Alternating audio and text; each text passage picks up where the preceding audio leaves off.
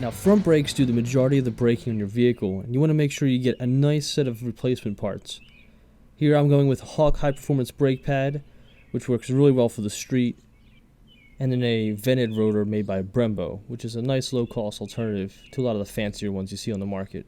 But before we get started, I'm actually going to remove the cap from the brake fluid reservoir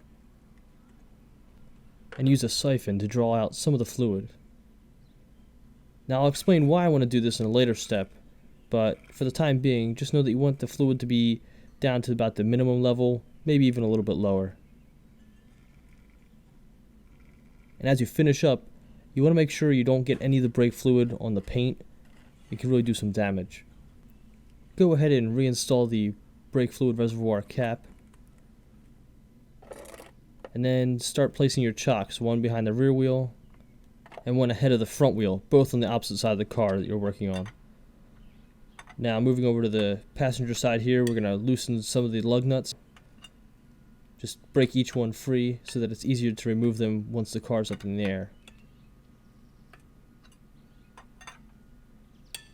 As always, we're going to follow a star pattern as we loosen each lug nut. Now position your jack underneath the pinch rail and raise the vehicle until the front wheel is just off the ground. It doesn't have to be too high. And since we're not working under the vehicle, I'm actually going to use the safety pin on the jack and then install a jack stand underneath the subframe rail just as a backup in case the jack failed. Now we can continue to loosen each of the lug nuts and remove the wheel. I like to place the wheel underneath the frame of the car just as kind of a double backup in case anything goes wrong. Next, we want to get some brake cleaner and spray down the rotor and the surrounding areas. This helps minimize brake dust as you take everything apart. Now it's time to gear up for the fun part. There are two bolts that hold the caliper onto the caliper bracket. One at the bottom here, and then another one up top, along with a lock nut that you'll have to hold steady as you unscrew it. On the passenger side, I like to remove the top bolt first. And if you have a little bit of difficulty, you can double up your wrenches like you see here to get some extra leverage. With your second wrench in place, you can continue to unscrew the bolt and then remove it.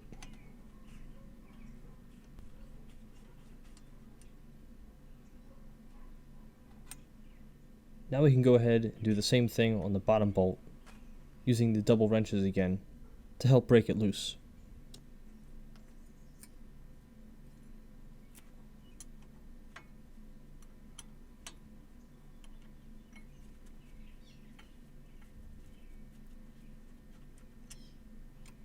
With both bolts removed, the caliper simply slides right off the caliper bracket, and now you can see the brake pads. Now, you'll want to be careful that with the brake line still attached, you cannot let the caliper hang down. So I created a little bracket here from a wire hanger and just let the caliper sit there nice and easy. Make sure the brake hose isn't kinked or twisted too much. With the brake caliper out of the way, we can now remove the bracket, which is held on by two bolts, one here and another one up top.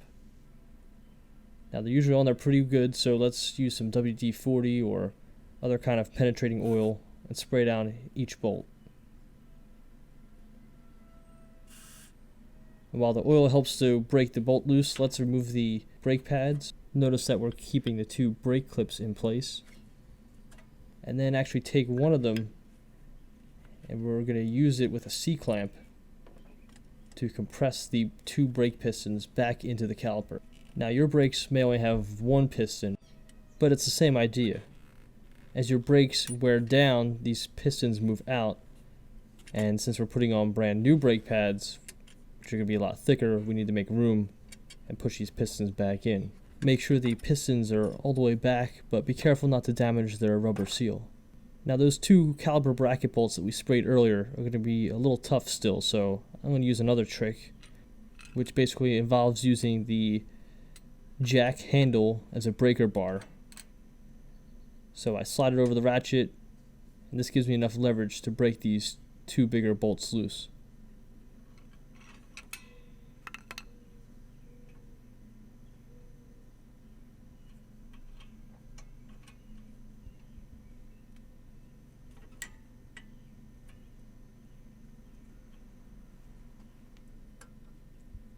Then go ahead and do the same thing for the top bolt.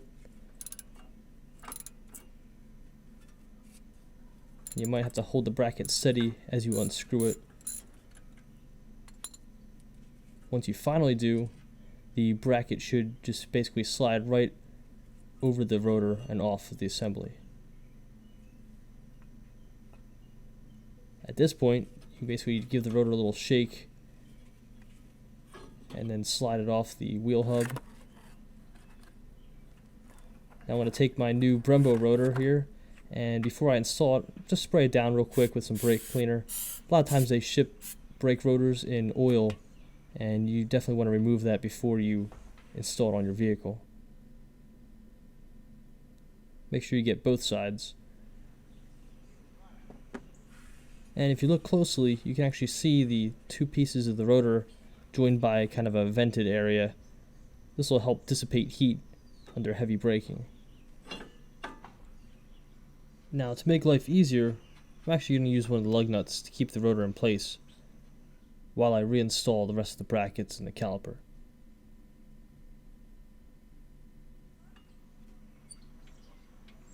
Now go ahead and line up the anchor plate or bracket back up with the rest of the wheel hub and assembly.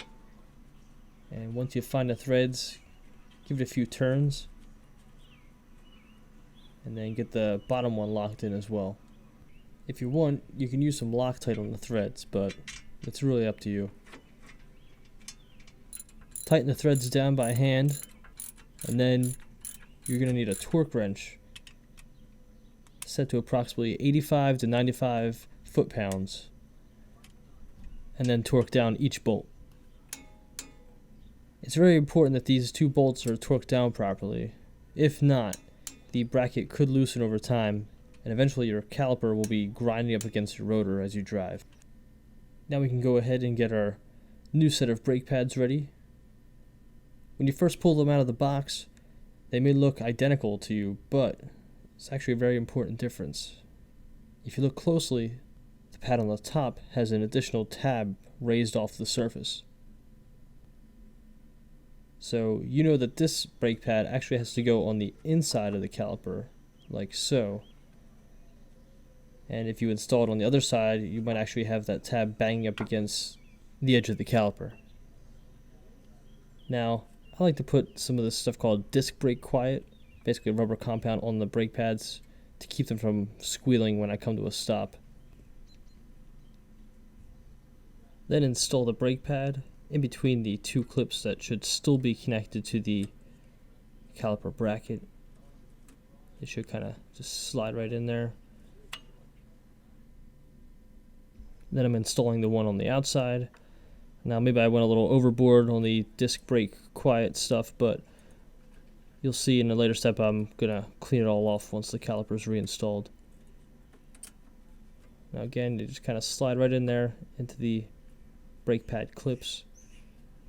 With both brake pads installed, we can unhook our caliper from the wire hanger and then line it up and thread in the top bolt. Now here's the big test. If after threading this top bolt, the caliper slides on with very little effort, then you know that you did everything right and everything's installed properly. If not, you may have to push the pistons back a little further. Now go ahead and finish it off with the bottom bolt.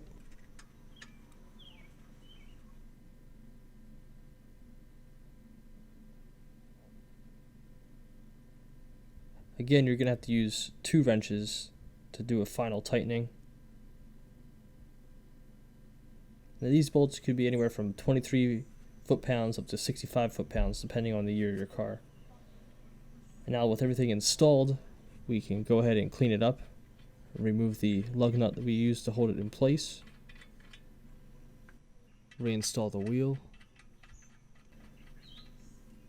and then get the lug nuts pretty tight on there before we lower the vehicle.